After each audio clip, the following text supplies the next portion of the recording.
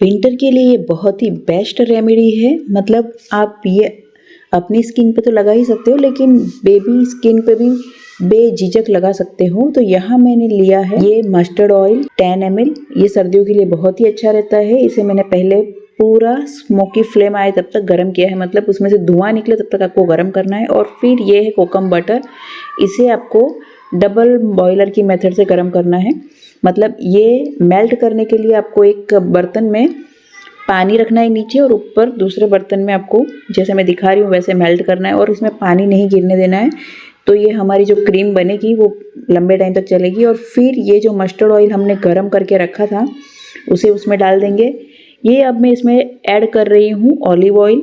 ये सब इंग्रेडिएंट्स बच्चों की स्किन के लिए भी बहुत ही हेल्दी है, तो आप बिंदास ये क्रीम बच्चों के ऊपर अप्लाई कर सकते हो। इवन टूडलर बेबीज के ऊपर भी आप ये अप्लाई कर सकते हो। फिर इसमें हम 3 कैप्सूल विटामिन ई की वो डालेंगे और इसे अच्छे से मिक्स करेंगे। फिर इसे मैंने 5 मिनट फ्रीज में ठंडा होने के लिए रख दिया था, क्योंकि कोकम बटर जो है उसका नेचर होता है कि वो जल्दी से रूम टेम्परेचर पे या ठंडी में थीज जाता है।